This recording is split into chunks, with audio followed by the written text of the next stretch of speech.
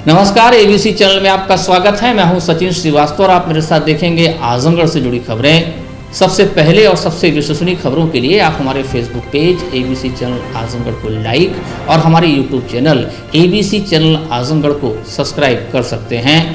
जिले की खबरों को आप हमारी वेबसाइट abcखबर.in पर भी प्राप्त कर सकते हैं। तो आइए नजर डाल लेते हैं आज की खास खबरों पर। खबर के प्रायोजक हैं रामेश्वर प्रसाद ज्वेलर्स, प्रथम तल, जालांस मेगा शॉपिंग मॉल, सिधारी, आजमगढ़। आसान किस्तों पर हॉलमार्क ज्वेलरी प्राप्त करें और वुडन टच, भवनाथ, आजमगढ़।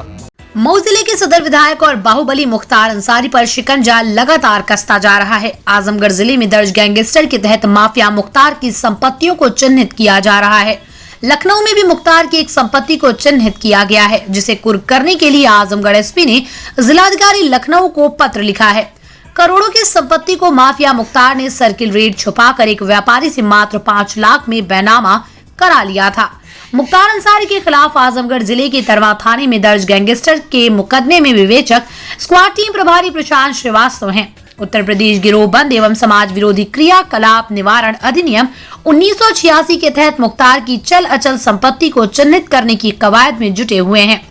इसी के तहत लखनऊ में 21 विधानसभा मार्ग एबट रोड बर्फखाना हुसैनगंज में मुख्तार की पत्नी के नाम एक संपत्ति चिन्हित की है।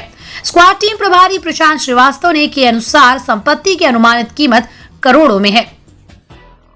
मुख्तार ने अपने खौफ के बल पर सर्किल रेट छुपाते हुए एक व्यापारी से मात्र 5 लाख रुपए में अपनी पत्नी के नाम ये संपत्ति करा ली थी।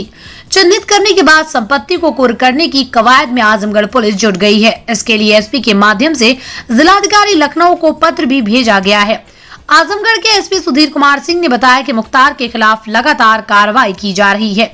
लखनऊ में चिन्हित प्रॉपर्टी को जब्त करने के लिए डीएम लखनऊ को पत्र लिखा गया है। जल्द ही संपत्ति कुर्क की जाएगी। वहीं उसके अन्य संपत्तियों को भी चिन्हित करने की कवायद में महकमा जुटा हुआ है। मुख्तार अंसारी और उसके गैंग के जितने मेंबर्स हैं वो हमारे यहाँ स्टेट लेवल का माफिया है हमारे जनपद से, और उसके ऊपर लगातार कार्रवाई की जा रही है। गैंगस्टर एक्ट की कार्रवाई पहले उस पर की गई थी। उसी के तहत उसकी जो भी संपत्तियाँ हैं उनके बारे जा रहा है, और कुछ संपत्तियां मिली हैं जिनको कुड़क किया जाना। बहुत जल्दी 14 गैंगस्टर एक्ट के अंतर्गत कुड़की कार्रवाई की जाएगी। सर, पूर्वांचल और उत्तर प्रदेश में कई जगहों पर उसने अवैध संपत्ति अर्जित की है, तो उस पर किस तरीके से आजमगढ़ पुलिस निगाह बनाई हुई है? देखिए, हमारा जनपद और मऊ जनपद दोनों से वो दोनों का सम्मिलित रूप से माफिया है, और जहाँ जहाँ भी उनकी संपत्तियाँ हैं वो उनका पता लगाया जा रहा है और जल्दी ही उसे कुड़क भी किया जाएगा। 2022 के विधानसभा चुनाव को लेकर भागीदारी संयुक्त मोर्चा के राष्ट्रीय संयोजक ओम प्रकाश राजभर ने आजमगढ़ के जहानागंज की सभा को संबोधित करते हुए भाजपा पर जमकर निशाना साधा है। दलितों, पिछड़ों को संबोधित करते हुए कहा कि आजादी के 75 वर्ष बाद भी ऐसी जातियां हैं जो अपने अधिकार से वंचित हैं। इनको लगातार जागृत किया जा रहा है। डॉक्टर भीमराव अम्बेडकर ने संविधान में जो स्वतंत्रता, समता, बंधुत्व व न्याय की बात की थी, इसके लिए हम सभी को लड़ना होगा। भाजपा पर निशाना साधते हुए भागीदारी संयुक्त मोर्चा के संयोजक ने कहा कि भाजपा की जन अधिकार यात्रा की अर्थी निकालकर शमशान घाट तक पहुंचाऊंगा। भाजपा ने ओम प्रकाश राजभर के साथ ही पिछड़ों को भी धोखा देने का काम किया है। ओम प्रकाश राजभर ने कहा कि भागीदारी संयुक्त मोर्चा प्रदेश की सभी 403 विधानसभा सीटों पर चुनाव लड़ेगा। 10 दलों के साथ समझौता हो चुका है और लगातार प्रदेश के सभी जनपदों का दौरा कर जोड़ने का काम किया जा रहा है। भागीदारी संयुक्त मोर्चा के संयोजक ओम प्रकाश राजभर ने कहा कि कांग्रेस ने जो भी चीजें देश के लिए बनाई, प्रधानमंत्री नरेंद्र मोदी उन संपत्तियों को लगातार बेचने का काम कर रहे हैं। प्रदेश में मायावती के कार्यकाल में लॉ एंड ऑर्डर की सराहना करते हुए कहा कि मायावती के कार्यकाल में प्रदेश की कानून व्यवस्था दुरुस्त थी। तमाम ऐसी जातियां हैं जो अपने अधिकार से वंचित हैं। शायद नाम बतावें तो आप लोग भी पहली बार सुनेंगे। बंजारा, खंगार, आरक, अर्कबंसी, नाई, गोंड, पाल, प्रजापति, बिंद, कीवट, मल्ला, माझी, मझवार, चौहान, तमाम ऐसी जातियां हैं आज भी अपने अधिकार से वंचित हैं। तो इनको जागृत किया जा रहा है कि आप जागो। बाबा साहब डॉक्टर अम्बेडकर जी ने संविधान के पहले पन्ने पे लिखा है, समता, स्वतंत्रता, बंधुत्व और न्याय। तो तेरे साथ अन्याय हो रहा है, न्याय के लिए लड़ो। तेरा अधिकार सुरक्षित है, बाबा साहब डॉक्टर अम्बेडकर ने संविधान में सुरक्षित किया है, उसके लिए आप लड़ो। इस बात का संदेश हम लोग पूरे 75 जिले में हम लोग दे रहे हैं। सर आपने कहा था 2022 में बीजेपी 4 कंधों पे जाएगी, उस पर सर मुकदमा की तैयारी होगी, सर उस पर क्या? फिर मैं कह रहा हूं, भारतीय जनता पार्टी जन आशीर्वाद यात्रा निकाल रही है। 2022 में भारतीय जनता पार्टी की अर्थी निकालूंगा और पीछे पीछे राम नाम सत्य का नारा लगेगा। और इन्होंने जो धोखा दिया है समाज को, ओम प्रकाश राजभर को, इनको हम गंगा जी स्मशान घाट पहुंचाएंगे। सर मोर्चे में ओवैसी जी हैं? मोर्चे में ओवैसी जी हैं या नहीं? बिल्कुल हैं, हमारे साथ सब लोग हैं।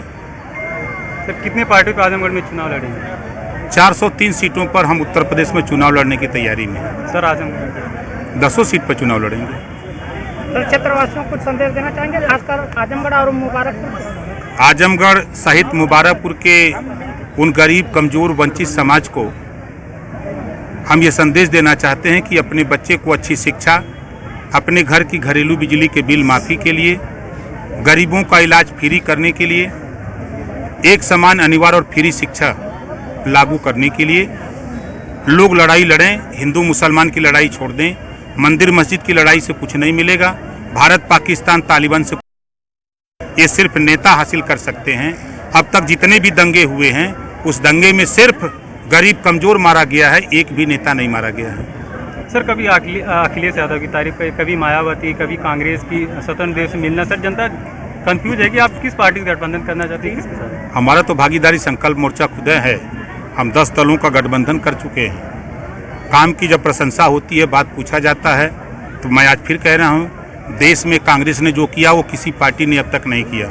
7 साल से मोदी जी हैं, कांग्रेस की बनाई हुई संपत्ति बेच रहे हैं। तो कांग्रेस की तारीफ करें कि मोदी की तारीफ करें? अगर उत्तर प्रदेश की बात करिए तो जो लॉ एंड ऑर्डर मायावती के राज्य में था, वो किसी के राज्य में नहीं था। तो मायावती की तारीफ। आज नगर के रैदोपुर स्थित जर्नलिस्ट क्लब के कार्यालय में शासन द्वारा नियुक्त आजमगढ़ के नोडल अधिकारी और प्रमुख सचिव समाज कल्याण के रविंद्र नायक ने मीडिया और सामाजिक सरोकार से जुड़े प्रतिनिधियों के साथ आजमगढ़ की धरातलीय समस्याओं और उनके निदान पर व्यापक स्तर पर संवाद किया।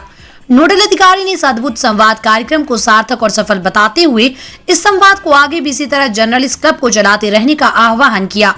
इस अवसर पर मुख्य विकास अधिकारी आनंद शुक्ला, उप जिलाधिकारी सदर के साथ जनपद के विभिन्न समाचार माध्यमों के प्रतिनिधि, सामाजिक और राजनीतिक कार्यकर्ता, रंग, कर्म और संस्कृति कर्मी भी उपस्थित थे। कार्यक्रम की शुरुआत जर्नलिस्ट क्लब के अध्यक्ष पंडित आशुतोष द्विवेदी ने संवाद कार्यक्रम में नोडल अधिकारी से प्रेस प्रतिनिधियों का परिचय कराते हुए किया। जर्नलिस्ट क्लब के उपाध्यक्ष राजेश मिश्रा ने नोडल अधिकारी के रविंद्र नायक के जीवन सफर और सेवा क्षेत्र का परिचय कराया।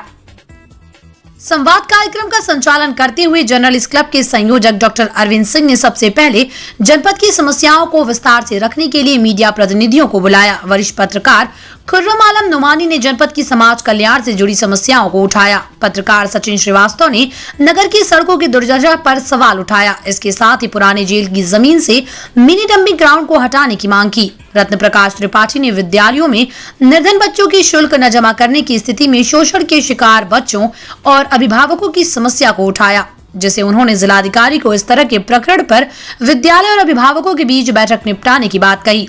वरिष्ठ पत्रकार महेंद्र सिंह ने आजमगढ़ में विश्वविद्यालय की स्थापना और अब तक कुलपति की नियुक्ति नहीं होने का मुद्दा उठाया, जिन पर उन्होंने इस पर गंभीरता से निराकरण करने का आश्वासन दिया और बहुत जल्द वीसी नियुक्त कराने का आश्वासन दिया। वरिष्ठ फोटो जर्नलिस्ट एसके दत्ता ने स्वास्थ्य विभाग में स्वास्थ्य कर्मियों की अभी तक नियुक्ति नहीं होने का मुद्दा उठाया, जबकि इस निमित्त विभाग में फंड पिछले 7 महीने से आ चुका है, जिस पर उन्होंने सीएमओ से बात करके निराकरण करने की बात कही। रंगकर्मी अभिषेक पंडित ने कला भवन के अनियोजित और बेतरतीब निर्माण की समस्या को बड़े गंभीरता से उठाया, जिसे उन्होंने निवारण का आश्वासन दिया। सामाजिक कार्यकर्ता विवेक पांडे ने पर्यावरण और जल संरक्षण के साथ पीजीआई चक्रपानपुर के आवागमन और सड़क की दुर्दशा पर मुद्दा उठाया। राजनीतिक क्षेत्र से कांग्रेस के जिला अध्यक्ष प्रवीण सिंह ने संवैधानिक रूप से चुने जनप्रतिनिधियों के प्रति प्रशासन की उपेक्षा और संवादहीनता की समस्या को गंभीरता से उठाया, जिसको नोडल अधिकारी ने गंभीरता से लेते हुए जिलाधिकारी से वार्ता करने का आश्वासन दिया। इस अवसर पर जर्नलिस्ट क्लब के संयोजक डॉक्टर अरविंद सिंह ने आजमगढ़ मंडल मुख्यालय पर एक पत्रकार भवन के निर्माण का मुद्दा उठाया और इसी क्रम में जर्नलिस्ट क्लब के बैनर तले एक मांग पत्र आशुतोष द्विवेदी, राम सिंह गुड्डू, खुर्रम आलम नुमानी, राजेश चंद्र मिश्र, महेंद्र सिंह, सचिन श्रीवास्तव आदि लोगों ने दिया। करेंगे? देखो, शासन का मंशा है कि जो जनता को समस्याओं को जो जल्दी से जल्दी चिन्हित करके उसको किस तरह से समाधान किया जाए, जल्दी से जल्दी समाधान करके लोगों को राहत दिया जाए। उसी क्रम में चूँकि हम लोग इसका तो हमने व्यक्तिगत ऐसे से जो परिचित लोग थे, हमारे परिचित वाले थे, उसके व्यक्तिगत सब लोग तो जुड़े हुए थे। उस दृष्टिकोण से आप लोग से ज़्यादा फर्स्ट हैंड इन्फॉर्मेशन मिलता है।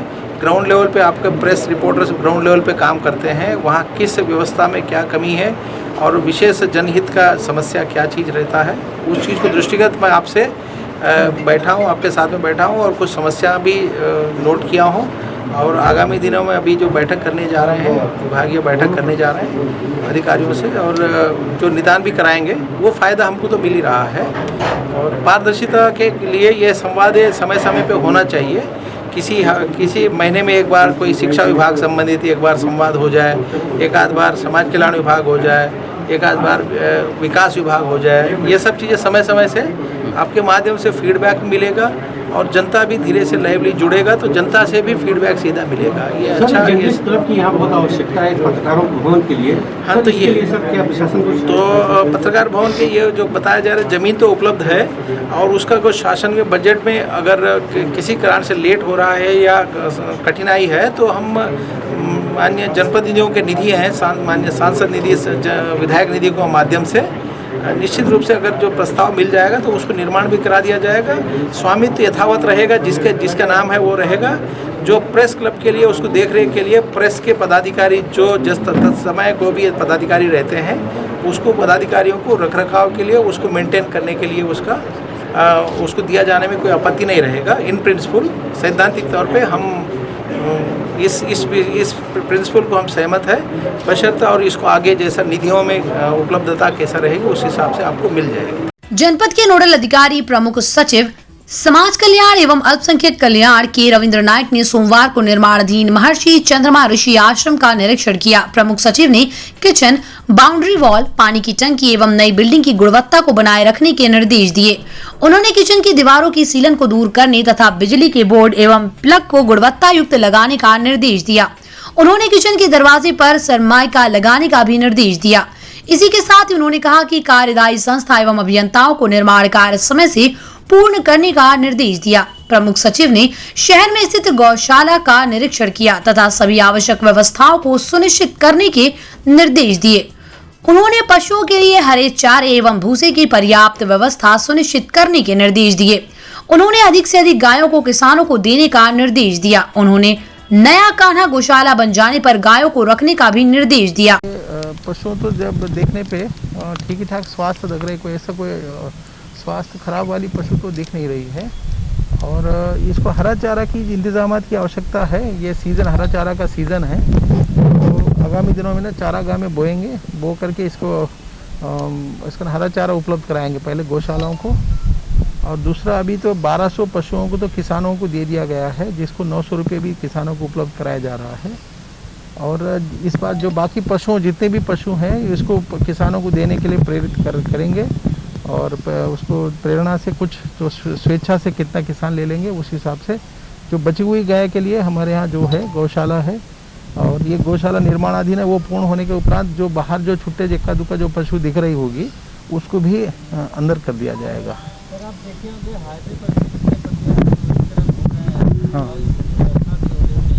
हाँ, नहीं, इसमें जन सहयोग की भी बहुत ज़रूरी है। हम देख रहे हैं अधिकारी जब भी पकड़ के आते हैं तो गौशाला का कई बार जो क्षमता जो के अधिक हो रहे हैं तो उसको भी हम गौशाला अगले 2-3 महीने के अंदर जो एक निर्माणाधीन है, आप लोग जानते हैं कान्हा गौशाला, तो उसका निर्माण होते ही ये समस्या का हमेशा के लिए समाधान हो जाएगा। अभी तो फिलहाल तो किसानों का सहयोग से जितना कर रहे हैं और बाकी को भी गौशाला में और क्षमता है यहाँ, उसको भी हम इंक्रीज करा। चंद्रमा मणि आश्रम में कुछ काम चल रहा है पर्यटन विभाग से, उसके लिए पर्यवेक्षण जो कार्य की गुणवत्ता के लिए जांच करने गए थे, तो उसमें कुछ कमियां थी। उसका जैसा सीलन टाइप के आ गया था, अभी हैंडओवर भी नहीं हुआ था, उसको ठीक करने के लिए कहा गया है। और उसका जो वर्कमैनशिप, पूर वर्कमैनशिप मतलब जो कारीगरी की कमी थी उसके लिए 2 से 5% के बीच में जो कौन सा काम के क्या क्या कटौती करना है सीडीओ को हमने निर्देश दे दिया है। इसको बाहरी क्षेत्र में देखा जिसको विस्थापित करने की ज़रूरत है और इसको सॉलिड वेस्ट का जो यहाँ का जो प्लांट होगा तो उसका भी फुल फ्लेज के संचालित कराने की ज़रूरत है। सर अभी संचालन नहीं हो पाया है। हाँ, तो उस चीज़ को एक बार स्थायी समाधान के लिए इसको एक स्थानीय स्तर से क्या उपाय हो सकता है देख लिया जाए और सरकार की तरफ से इसको जो विधिवत सॉलिड वेस्ट के लिए जो एक एजेंसी को नामित कर चुकी है ना, तो उसको खाली क्रियान्वयन कराने की बात है। पीछे पड़ के डीएम साहब से अपेक्षा करेंगे, सीडीओ साहब इसको पीछे पड़ के इसको क्रियान्वयन करने। नोडल अधिकारी ने इसके बाद हरिऔध कला भवन के निर्माण कार्य का निरीक्षण किया। उन्होंने कार्यों को निर्धारित समय से एवं गुणवत्ता युक्त तरीके से पूर्ण कराने का निर्देश दिया। उन्होंने हाल में एसी के अतिरिक्त वेंटिलेशन के लिए भी व्यवस्थाएं करने के निर्देश दिए। इसमें अभी निर्माणाधीन है, कुछ गुणवत्ता कई जगह सीलन जो बन चुका है तो उसका जो डैम प्रूफिंग का एक कोटिंग का आवश्यकता रहेगी। अभी चूँकि निर्माणाधीन है उसको हमने सुझावात्मक तौर पर हमने बता दिया है और जो कुछ फंड कमी के कारण उसको समय से पूरा नहीं किया है वो अभी फंड की बता रहे अवमुक्त हो गया है, तो इसको जल्दी से जल्दी पूर्ण कर लिया जाएगा। दूसरा जो एसी है, पूरा एसी सेंट्रलाइज्ड एसी है, क्योंकि इसको संचालन अगर 30 दिन लगातार 30 दिन या 25 दिन अगर कार्य मिलेगा तभी एसी का उपयोगिता रहेगा। परंतु जहाँ नॉन एसी के टाइम पे एसी जब कुछ कार्यक्रम ऐसे होते हैं कि एसी का आवश्यकता नहीं पड़े तब भी वो विकल्प में भी वो वैकल्पिक व्यवस्था करने के लिए आर्किटेक्ट और इन लोग को बता दिया है, वो होना जरूरी है, उसको हम करवाते हैं। स्टेडियम हॉल जो बनाया जा रहा है वो ऊपर टीन सेट डाला गया है, जो कितना लागत का बना हुआ, लेकिन उससे टीन सेट कितना दिन चल सकता है?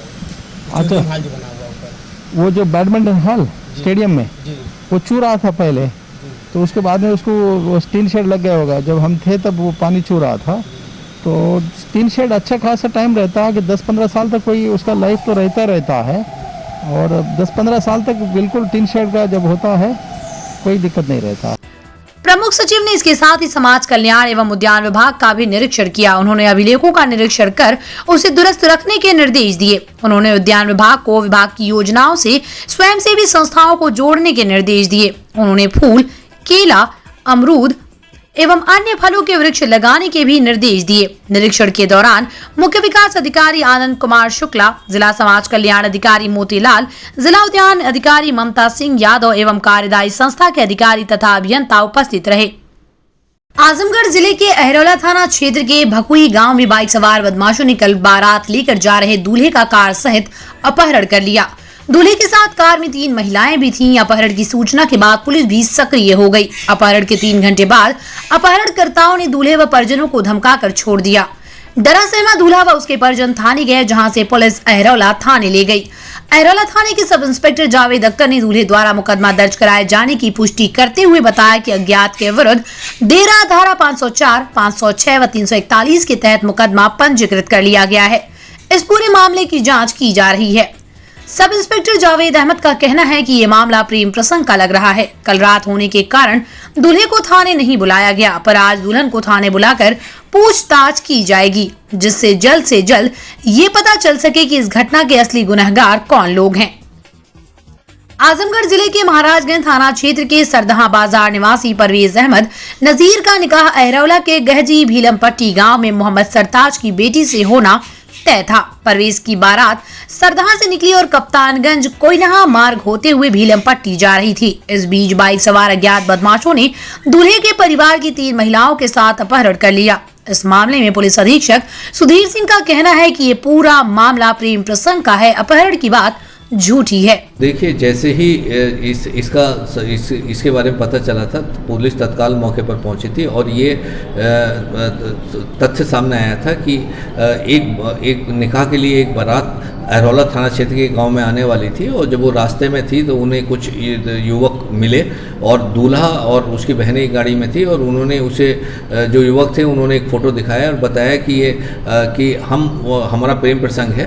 उस फोटो को देखकर वो लोग थाना बिलरेगंज पर चले गए और वहाँ पर जाकर उनके द्वारा एक FIR लिखाई गई और ये जो अपहरण वाली बात है पूरी तरह झूठ है। वो खुद अपनी गाड़ी से बिलरेगंज थाने गए थे और उन्होंने सारी बात बताई थी। अब कैसे जले चूल्हा? जी हाँ, ये प्रश्न आज हर एक के सामने खड़ा हो गया है। जहां एक तरफ पेट्रोल की दरों में बढ़ोतरी से महंगाई चरम छू रही है, वहीं रसोई गैस के लगातार बढ़ते दाम लोगों को फिर से परंपरागत चूल्हे वाले दौर में भेज रहे हैं। लेकिन उस दौर में पहुंचना भी लोगों के लिए आसान नहीं है। ऐसे में कमाई का 1/4 हिस्सा तो सिर्फ गैस ही ले लेती है। बची हुई रकम से महंगाई के कारण घर चलाना भी मुश्किल हो रहा है। कहना ना होगा कि रसोई गैस की लगातार बढ़ती कीमतों ने आम आदमी की कमर तोड़ कर रख दी है। आज रसोई गैस के अलावा खाना पकाने के अन्य विकल्प नहीं बचे हैं। ऐसे में रसोई गैस के दामों में आए दिन की बढ़ोतरी से लोगों का खाना पकाना भी मुश्किल हो गया है। कमर्शियल हो या घरेलू गैस के दामों में वृद्धि का भार आम जनता पर ही पड़ता है।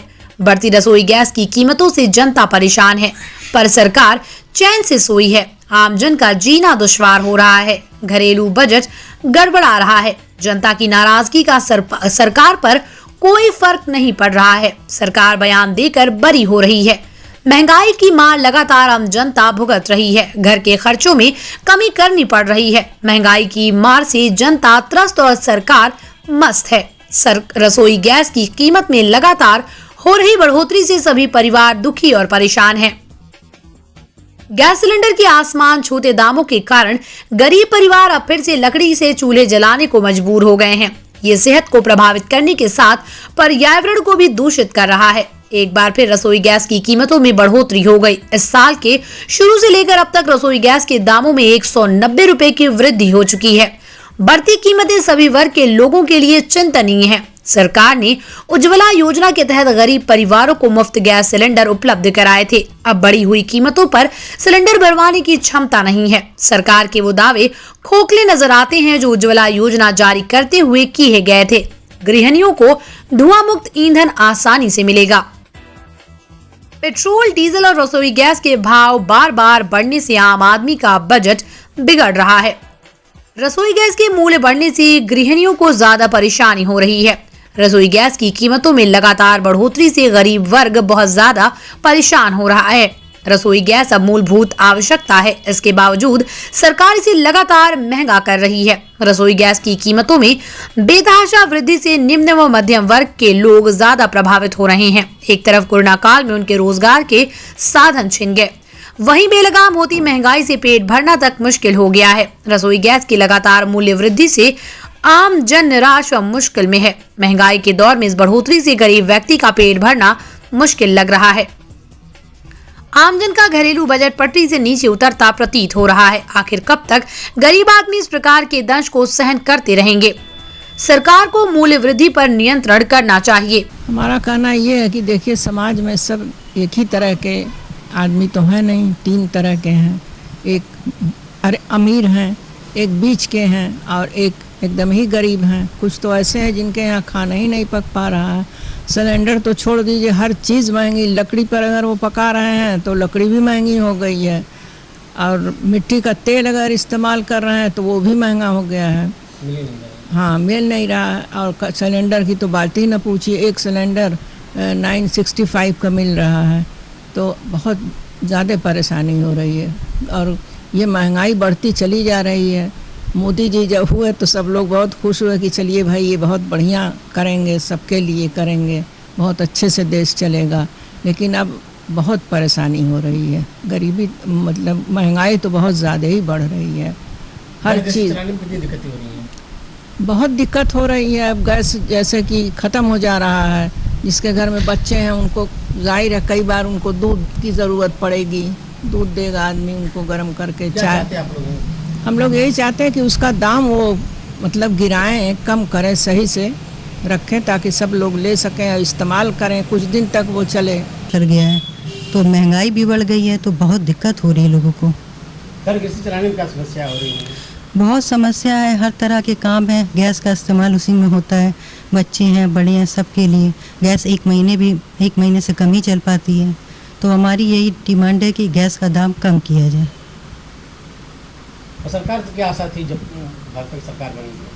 सरकार से ये आशा थी कि वो कम से कम महंगाई को कम करेंगे, महिलाओं के बारे में सोचेंगे, गैस का दाम कम करेंगे, मगर ऐसा तो कुछ नहीं हो। गैस के दाम बढ़ते जा रहे हैं और भी सारी महंगाई बढ़ती जा रही है, लोगों को बहुत दिक्कत हो रही है उससे। क्या दिक्कत हो रहा है? इतना गरीब आदमी हम लोग कहाँ से भराएंगे? हाँ, गरीब आदमी कहाँ से हम लोग भराएंगे? इतना 1000 का 20 रुपया बच रही है 1000 में, का खाएंगे का गैस भराएंगे?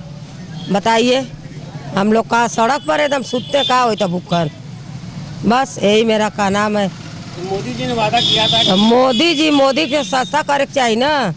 ऑटो व रिक्शा चालकों की विभिन्न समस्याओं को लेकर एक बार फिर ऑटो रिक्शा चालक समिति ने सोमवार को सड़क पर उतरकर जिला प्रशासन को अपनी 6 सूत्रीय मांगों का ज्ञापन सौंप कार्यालय पर प्रदर्शन किया। इस दौरान समिति ने कहा कि ऑटो चालक निरंतर अपनी समस्याओं को जिला प्रशासन से अवगत करा रहे हैं, लेकिन अभी तक कोई कार्रवाई नहीं हुई, जो दुर्भाग्यपूर्ण है। पुलिसिया उत्पीड़न पर आज तक कोई रोक नहीं लगाई जा सकी, बल्कि उत्पीड़न और भी बढ़ गया है, जिसके चलते ऑटो चालकों को रोजी रोटी के लाले पड़ते जा रहे हैं। एडीएम प्रशासन को सौंपे गए ज्ञापन के जरिए समिति ने पुलिस उत्पीड़न रोके जाने, नगर में स्टैंड उपलब्ध कराने, अवैध वसूली रोके जाने, ऑटो रिक्शा का परमिट 15 साल किए जाने, क्षतिग्रस्त सड़कों को तत्काल बनाए जाने, पेट्रोल डीजल के दाम कम किए जाने, सीएनजी की आपूर्ति सभी जगह सुनिश्चित किए जाने की मांग की। समिति के पदाधिकारियों ने कहा कि अगर उनकी मांगे 10 दिनों के अंदर पूरी नहीं हुई तो वो अपने ऑटो रिक्शा प्रशासन को जमा कर देंगे।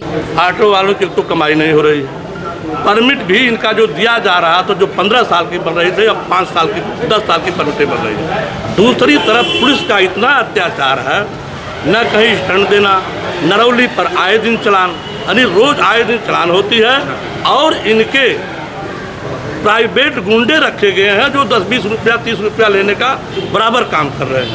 ये पुलिस का। अब खासकर मैं ये भी कहना चाहता हूँ, जो ट्रैफिक पुलिस है, जो इसके इंचार्ज हैं, सभी लोग इस बात को कहना नहीं चाहते। ये अब महीना लेने का भी काम करते हैं। सिविल लाइन पहाड़पुर मेरा यह कहनाम है मेरा, जेलाऊ द्वारा निष्पक्ष जांच कराई जाए। अगर ये वसूली लेते हैं, महीना लेते हैं, तो इनके साथ जो उचित कार्रवाई हो। भाजपा सरकार बनने के बाद जिले में विकास का पहिया पूरी तरह से थम गया है। सभी विधानसभा क्षेत्रों में सड़कें जर्जर हो चुकी हैं, लेकिन उसकी मरम्मत की दिशा में कभी कदम नहीं बढ़ाया गया। यह बातें हर्रा की चुंगी स्थित आवास पर सपा के सदर विधायक एवं पूर्व मंत्री दुर्गा प्रसाद यादव ने प्रेस वार्ता के दौरान कहा कि सरकार ने प्रदेश को गड्ढा मुक्त सड़कें देने का वादा किया था, लेकिन सभी वादा पूरी तरह से खोखला साबित हुआ है।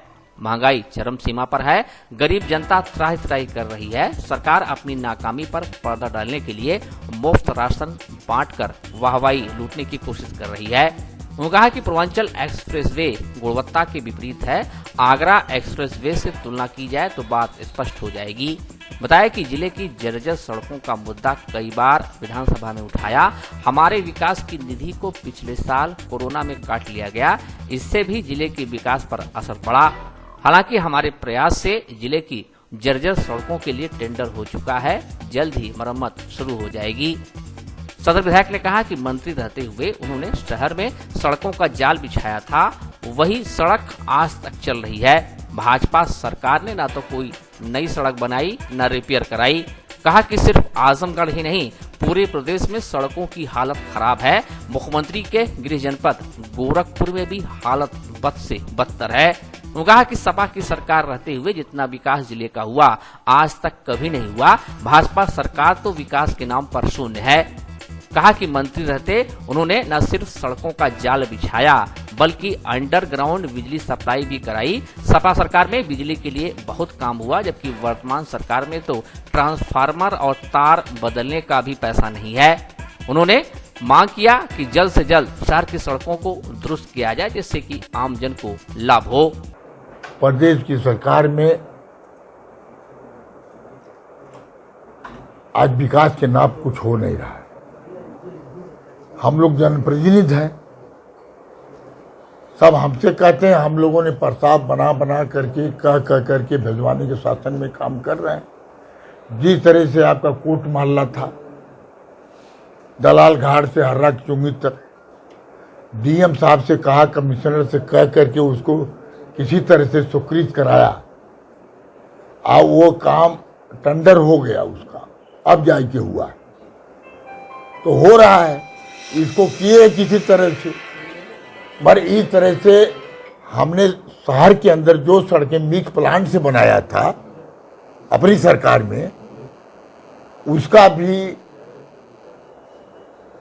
रिन्यूअल करने के लिए एस्टिमेट हमने चीफ साहब से, पीडब्ल्यूडी लोगों से कहा कि इसको कर करके शासन में भेजिए। और इसका मामला मैंने अपने प्राकलन समिति में भी उठाया था, क्योंकि मैं प्राकलन समिति का एक सदस्य हूँ। तो इसमें ये हो रहा है, आप पूरे विधानसभा में, आप पूरे आजमगढ़ से लेके और हर जगह सड़कें टूटी फूटी हालत में पड़ी, चलना दुर्लभ हो गया है। अब जनप्रतिनिधि के नाते हम लोग तो कहते हैं, तो हम लोग आवाज उठाने का काम करते हैं, चाहे विधानसभा में भी उठाते हैं और यहाँ अधिकारियों के सामने भी उठाने का काम करते हैं। जिस तरह से भाजपा सरकार आई और गड्ढा मुक्त सड़कों का दावा किया गया, आज 5वां साल भाजपा सरकार का चल रहा है, लेकिन गड्ढा मुक्त नहीं, गड्ढा युक्त सड़कें हैं। हाँ, ये बात, अरे ये बात सही। गोरखपुर की सड़कें, जो गोरखपुर के मुख्यमंत्री जी हैं, आप बरहालगंज से गोरखपुर चले जाइए तो पता लग जाएगा। हमने चलाए थे, अपने शासन काल में लाए थे ये पशु महाविद्यालय। अब उसको उन्होंने कहा कि जमीन के काम चल रहा था, और वो क्या के लेके चले गए गोरखपुर। बाद में भाजपा सरकार आजमगढ़ के साथ हो पाई, एयरपोर्ट का काम हो। अब आजमगढ़ में तो देखिए वादा तो बहुत कर रहे हैं, मगर बताइए कोई वादा इनका पूरा हुआ हो, कोई जवाब दे दे कि कौन सा काम इन्होंने किया है। भेदभाव किया जा रहा है सरकार में। सरकार में भेदभाव का पूरे प्रदेश को ही हालत है। आजमगढ़ तो जो है और जगह की भी वही हालत। आपका पूर्वांचल एक्सप्रेस में आप लोग भी गए होंगे, हम लोग भी गए। अब बताइए आगरा से इससे कितना अंतर है। लेकिन विकास के लिए आपको भी ये सोशल मीडिया पे चलता रहता है कि आप भी 35 साल से विधायक हैं, लेकिन विकास के लिए, शहर के लिए कुछ नहीं किया विशेष। शहर के लिए तो बता रहा, 30 करोड़ रुपया लाया था। अब कोई चलाने वाला चलावे उसकी बात दूसरी है, मगर बवाली मोड़ से लेकर के सब्जी मंडी पांडे के बाजार से लेकर हीरापट्टी तक की सड़क मैंने बनवाया था। आपका सादा टाकीज होते हुए, बंधा लेकर के डीएवी स्कूल होते हुए ले जा करके इसको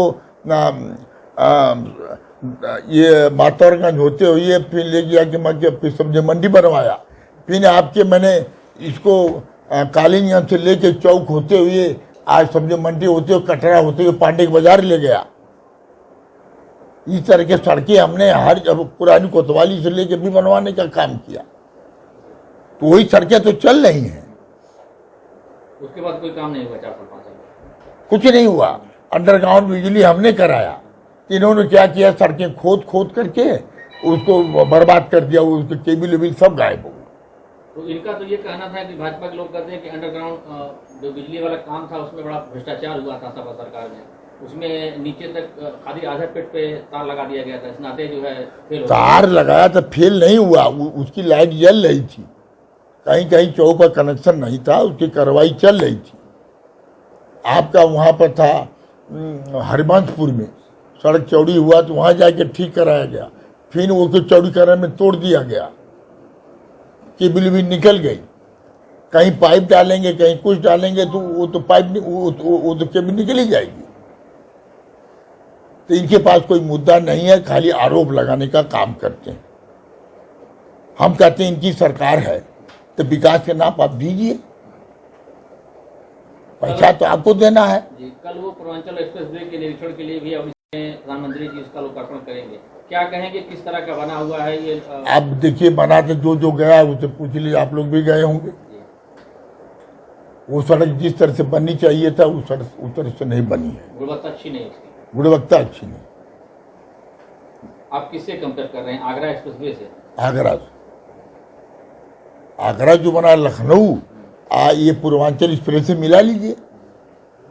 आप लोग गए कि कितना अंतर है, मैं भी गया हूँ। तो इस तरह की चीजें हैं। अब चले जाइए बिजली विभाग में, तो अधिकारी रोना रो रहे हैं कि इसमें हम लोगों का पैसा नहीं कि ट्रांसफार्मर बदल दें, तार बदल दें। और सपा की सरकार में ट्रांसफार्मर बदलने के लिए, तार बदलने के लिए पैसे की कोई कमी नहीं थी। अब बता दें कि ये बिजली का प्लांट जो पावर प्लांट कितना लगाई, जो सरकार का लगा हुआ, और उससे काम चल रहा है। इनके पास कोई मुद्दा तो है नहीं।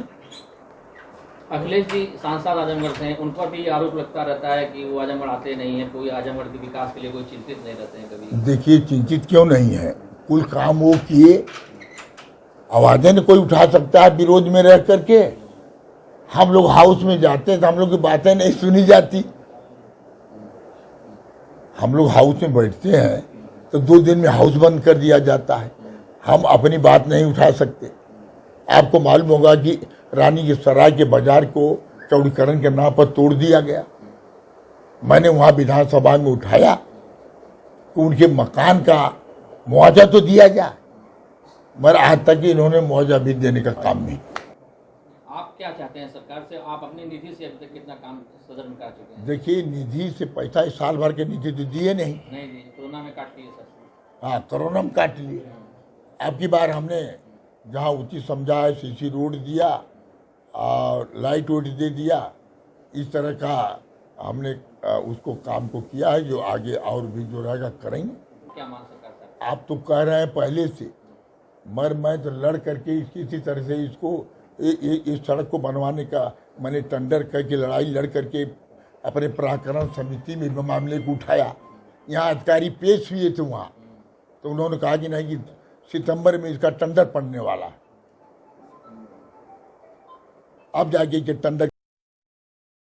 शहर की बदहाल सड़कों की मरम्मत कराने की मांग वर्षों से उठ रही है। नगर की सड़कों के गड्ढा मुक्त न होने पर तमाम संस्थानों द्वारा धरना, क्रमिक अनशन दिया जाता रहा है। मंडल मुख्यालय होने के बावजूद यहाँ की सड़कें इस कदर टूट चुकी हैं कि इसका वर्णन नहीं किया जा सकता।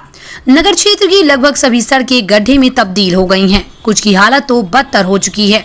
बारिश में गड्ढों में पानी भर जाता है, लोग उसमें गिरकर घायल हो रहे हैं, लोगों के कपड़े खराब हो रहे हैं। दलाल घाट से हर्रा की चुंगी जाने वाली सड़क को सड़क कहा ही नहीं जा सकता। ये सड़क सालों से खराब है। आने जाने वाले और मोहल्लेवासी बुरी तरह परेशान हैं। लोगों ने इसके लिए आवाज उठाई, प्रार्थना पत्र दिया, लेकिन कोई सुनवाई नहीं हो रही है। सड़क बनाना नगरपालिका और पीडब्ल्यूडी की ड्यूटी है। इनकी ड्यूटी याद दिलाने के बाद भी ये नहीं सुने। पानी सड़क ही नहीं, जब जनता के सर के ऊपर जाने लगा तो विभागों की नींद खुली है, कायाकल्प की उम्मीद जागी है। जी हां, नगरपालिका के अधिशासी अधिकारी विकास कुमार ने बताया कि शहर की सड़कों का नए सिरे से नवनिर्माण कराया जाएगा। 3 माह के अंदर समस्त औपचारिकताएं पूरी कर ली जाएंगी। दलाल घाट से टेडिया मस्जिद की सड़क का टेंडर हो चुका है। नगरपालिका के अधीन सभी शहर की सड़कों का पुनर्निर्माण कराया जाएगा। सर, ये सड़क जो शहर के सब गड्ढे टूट चुके हैं, इसमें क्या कर रहे हैं? इसके मरम्मत के लिए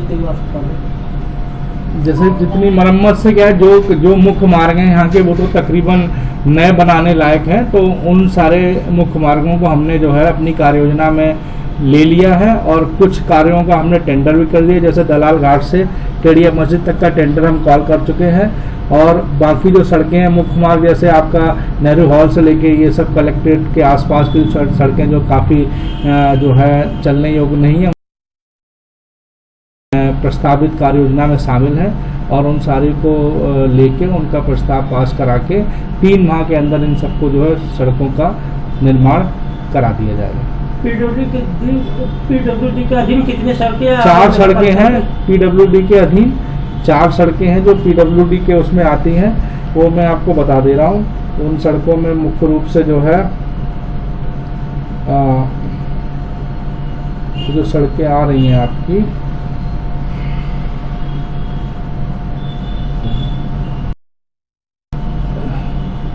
जो है वो है आपकी बवाली मोड़ बंदा होते हुए लाल डिग्गी जेल के सामने से पांडे बाजार होते हुए बिलरियागंज तक, ये पीडब्ल्यूडी की सड़क है।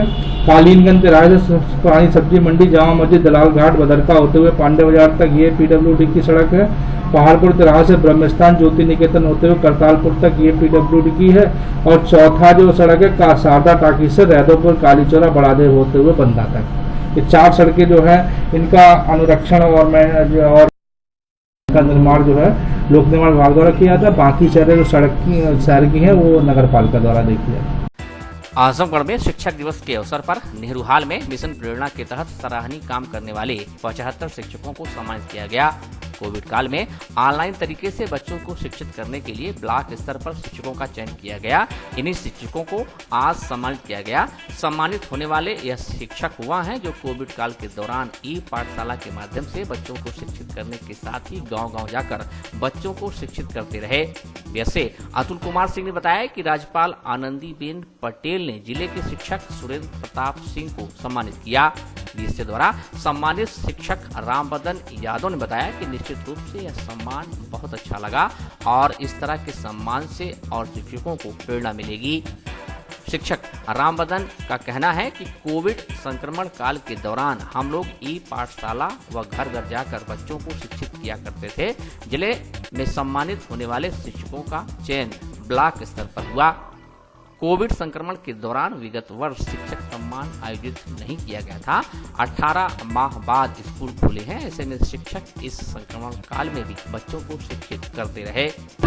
आज जैसा कि आप सब लोग जानते हैं 5 सितंबर शिक्षक दिवस के रूप में मनाया जाता है। तो प्रदेश स्तर से अपने पूरे बेसिक शिक्षा में 75 शिक्षक जनपद के श्री सुरेंद्र प्रताप सिंह जो है प्रदेश स्तर पर सम्मानित हुए राज्यपाल महोदय के द्वारा। और कुल 75 शिक्षक अपने जनपद के जो विभिन्न क्षेत्रों में अच्छा काम करने के लिए विशेष रूप से हमारे जो 2019 से मिशन प्रेरणा के तहत जो लोग काम करते हैं, मिशन प्रेरणा के अंतर्गत ज़्यादा गुणवत्ता मॉडल में ज़्यादा काम किए हैं, उनको चिन्हित करके 75 शिक्षकों को हम यहाँ पे अपने शिक्षक दिवस के अवसर पर सम्मानित कर रहे हैं। और जी कोविड काल चला है, तमाम चुनौतियाँ, किस तरीके से चयन किया गया इस दौरान? निश्चित रूप से विगत डेढ़ वर्ष का जो कार्यकाल रहा हम लोगों का, वो कार्यकाल कोविड की वजह से, जब आप जानते हैं कि वैश्विक स्तर पर पेंडेमिक थी, पूरे मानव जाति के सामने ये समस्या खड़ी थी। परंतु इस बीच में हमारा बेसिक शिक्षा एक नए तरीके का इजाद किया है। हम लोगों ने पहली बार ऑनलाइन माध्यम से शिक्षा का बेसिक शिक्षा को इस्तेमाल किया गया, ऑनलाइन तरीके प्लेटफॉर्म को बच्चों तक पहुंचने के लिए। इस क्रम में प्रदेश स्तर से लेकर और राज्य स्तर से, उसके बाद से जिले पे, ब्लॉक पे और फिर विद्यालय स्तर पे एक निश्चित हम लोगों ने एक प्लेटफॉर्म बना दिया था सोशल मीडिया के माध्यम से। जो कंटेंट हम लोग चाहे दीक्षा ऐप के माध्यम से हो, चाहे स्टेट लेवल से जो कंटेंट हमको मिलता था, उसको टाइम टू टाइम हम लोगों ने बच्चों तक पहुँचाया। दूसरा, इनके लिए एक सैटरडे को क्विज भी आयोजित किया जाता रहा है बीच बीच में। तो इन सारी चीज़ों को देखते हुए जो एक ब्लॉक स्तर पर जो अच्छे गुणवत्ता युक्त शिक्षकों की जो पढ़ाई के लिए जाना गया, उन लोगों को चयन करके यहाँ पर शिक्षक दिवस के दिन सम्मानित करने का काम किया गया। अच्छा लग रहा है जो राज्य सरकार ने आज 75 शिक्षकों को सम्मानित किया है। ये बहुत ही उत्कृष्ट काम सरकार ने किया है। और आज जो शिक्षक हमारे सम्मानित हुए हैं वो अपने विद्यालयों में बहुत ही अच्छा कार्य किए हैं और विद्यालय में नामांकन और विद्यालय में शिक्षण की गुणवत्ता है, इसको लेकर उन्होंने दिन रात काम किया है। और यह चयन ब्लॉक स्तर से होते हुए जनपद स्तर पर आया है और आज जनपद स्तर पर बेसिक शिक्षा अधिकारी, जिला विकास अधिकारी द्वारा सम्मानित किया गया है। 18 महीने तक कोविड काल रहा है, तमाम चुनौतियाँ रही हैं, इससे किस ढंग से आप चुनौती मानते थे, कैसे करते हैं? हम लोग लगातार इसमें जो शासन द्वारा प्रेषित ई पाठशाला के कार्यक्रम हैं, जो रेडियो और टेलीविज़न पर जो कार्यक्रम आ रहे हैं, उसको लगातार हमारे शिक्षक बच्चों तक पहुंचा रहे हैं, व्हाट्सएप ग्रुप के माध्यम से और मोहल्ला पाठशाला के माध्यम से। सभी शिक्षक अपने गाँव में जाकर के खुल चुका है। जो बच्चे अभी नहीं आ रहे हैं, उन बच्चों के लिए भी हमारे शिक्षक गांव में जाकर के गार्जियन संपर्क करके और उन्हें शिक्षण काम कर रहे हैं। ये बहुत ही शासन द्वारा सराहनीय कार्य किया गया है, आज सम्मानित करते हैं। जनपद के नोडल अधिकारी प्रमुख सचिव समाज कल्याण एवं अल्पसंख्यक कल्याण के रविंद्र नायक ने आज बाढ़ प्रभावित क्षेत्र सगड़ी तहसील के गांगेपुर बांध एवं बदरहुआ नाला का आकस्मिक निरीक्षण किया। उन्होंने अधिकारियों को तटबंध सुरक्षित रखने एवं रेनकट को तत्काल मरम्मत करने के निर्देश दिए। प्रमुख सचिव ने अधिकारियों को निर्देश दिए कि किसी भी कीमत पर जन एवं पशु हानि नहीं होनी चाहिए। कहा कि प्रभावित क्षेत्र की जनता के खाने पीने और रहने की व्यवस्था सुनिश्चित की जाए। प्रमुख सचिव ने कहा कि गर्भवती महिलाओं एवं बच्चों का विशेष ध्यान रखते हुए दूध एवं पौष्टिक भोजन की व्यवस्था सुनिश्चित की जाए। कहा कि बाढ़ प्रभावित क्षेत्र में एक मेडिकल एम्बुलेंस 24 घंटे उपस्थित रहनी चाहिए। नोडल अधिकारी ने बाढ़ प्रभावित गांवों का निरीक्षण कर जिला प्रशासन द्वारा किए जा रहे राहत कार्यों की भौतिक जानकारी प्राप्त की। उन्होंने क्षेत्रवासियों को आश्वस्त किया कि प्रदेश सरकार जनता की सुरक्षा एवं सभी प्रकार की सुविधाएं उपलब्ध कराने के लिए गंभीरता से कार्य कर रही है। उन्होंने कहा कि पूरी तत्परता से जिला प्रशासन एवं बाढ़खंड के अधिकारी लगे हुए हैं। उन्होंने कहा कि गांव में पानी जाने से रोकने का प्रयास किया जा रहा है। कहा कि किसी भी आपात स्थिति से निपटने के लिए पीएसी, नाव, गोताखोर एवं पुलिस तैयार है। प्रमुख सचिव ने क्षेत्रवासियों से कहा कि आप सभी लोग निश्चिंत रहें। ये जो नदी का कटान का, अगर ये नदी कटान होने पे हमारे लगभग कई गांव में पानी आ जाएंगे, लगभग 300-400 गांव में पानी आ जाएगा। तो उसके लिए रोकथाम करने के लिए अभी आप कार्य देखे हैं, उसको बोरी में बालू भर करके उसको रोक रहे हैं और उसको इस तरह बचाव कर रहे हैं कि इस बार तो बिल्कुल हम तो उम्मीद कर रहे हैं कि इस बार कोई ऐसा कटान नहीं होगी, कोई बंदा नहीं कटेगा और पानी नहीं जाएगा गांव में। काफ़ी उम्मीद कर रहे हैं। कल से पानी कम हुआ है, तो वाटर लेवल कम हुआ है नदी का, तो और कम बाढ़ का संभावना बहुत कम लग रही है। अभी किसी गांव में घर में कभी पानी नहीं भरा हुआ, बट तैयारी हमारा जो मशीनरी है पूरा तैयारियां है और हमारा पीएसी बोट वोट सब तैयारियां हैं। यदि कोई और यहाँ के गोताखोर और यहाँ के नाव की व्यवस्था सब व्यवस्था हो चुकी है। यहाँ के लोगों को बिल्कुल करने की कोई आवश्यकता नहीं है।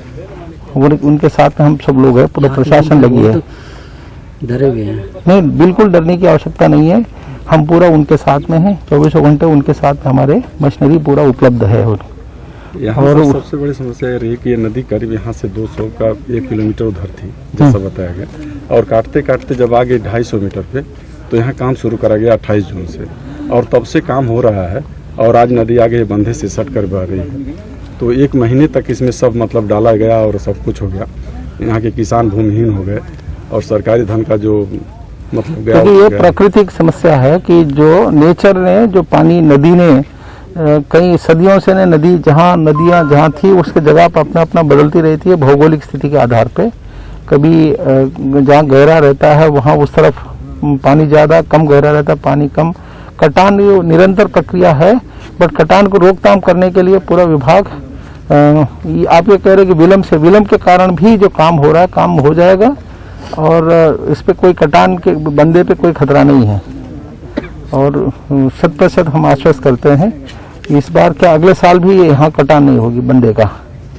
बाकी दिनों शुरू हुआ 3 कटान का काम, 3 ठोकर का, तो लगभग 100 मीटर का 200 मीटर का 100, 180 का, वो सबके सब बह गए। इसमें क्या माना जाए? ये पर हमारी तैयारी कमजोर थी या लेट शुरू किया हमने या कहीं न कहीं चूक हुई है? तो सारे गांव वाले यहाँ विटनेस है, तो काम हुआ है। और जो पानी जो आकस्मिक आ जाते हैं या पानी का जो स्टडी होता है, जो उम्मीद के 200 मीटर का 100, 180 का, वो सबके सब बह गए। इसमें क्या माना जाए? ये पर हमारी तैयारी कमजोर थी या लेट शुरू किया हमने या कहीं न कहीं चूक हुई है? तो सारे गांव वाले यहाँ विटनेस है, तो काम हुआ है। और जो पानी जो आकस्मिक आ जाते हैं या पानी का जो स्टडी होता है, जो उम्मीद के विपरीत चला जाता है, उम्मीद के अनुरूप चला जाता है, विपरीत चला जाता है, तब अपने आप वो उस पे बहना ये सब स्वाभाविक है।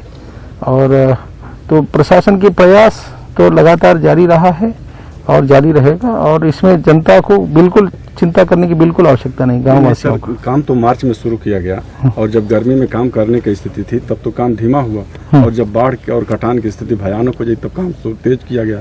ऐसा क्या? देखिए ये टेक्निकल समस्या है ना, पानी अभी बह रही है, उसी के साथ साथ काम चलना होगा, तो उसी के साथ साथ काम चलाने में ना कि जो इंजीनियरिंग दृष्टिकोण कोण से जो इंजीनियर्स कर रहे हैं, सब आपके सामने सबूत है, देख रहे हैं, काम जारी है और उसमें कोई तकनीकी रूप में कोई किसी के काम में कोई पर्यवेक्षण में कोई कमी नहीं है, ये तो है। सर वर्तमान में हालात कैसे हैं आपके यहाँ तक? अभी बाढ़ की फिलहाल कोई स्थिति नहीं है और आगे बाढ़ भी आ भी जाए तब उसको निपटने के लिए हमारा मशीनरी पूरा तैयार है। Wooden touch Bhanwarnath Azamgarh, a complete hardware store. हमारे यहाँ branded plywood, flush door, designer door, PVC door, formica, fancy hardware, kitchen की चिमनी एवं मॉड्यूलर किचन की एक्सक्लूसिव रेंज उपलब्ध। अपने आशियाने में लगाइए 4 चांद, पहुंचिए वुडन टच भंवरनाथ आजमगढ़। जनपद के 80 वर्ष पुराने रघुनंदन प्रसाद रामेश्वर प्रसाद ज्वेलर्स आसिफगंज पुरानी कोतवाली आजमगढ़ की नई ब्रांच रामेश्वर प्रसाद ज्वेलर्स प्रथम तल जालांस मेगा शॉपिंग मॉल सिधारी आजमगढ़। हमारे यहाँ सोने, चांदी एवं हीरे की पूर्णतः हॉलमार्क ज्वेलरी 100% वापसी पर उपलब्ध। आसान किश्तों पर हॉलमार्क ज्वेलरी उचित मूल्य पर प्राप्त करें। ज्वेलरी की शुद्धता मापने के लिए फ्री कैरोमीटर की व्यवस्था। शादी विवाह की करनी हो तैयारी या त्योहारों की हो खरीदारी, आपके भरोसे पर हमेशा खरा उतरेगा रामेश्वर प्रसाद ज्वेलर्स, प्रथम तल जालांस मेगा शॉपिंग मॉल सिधारी आजमगढ़।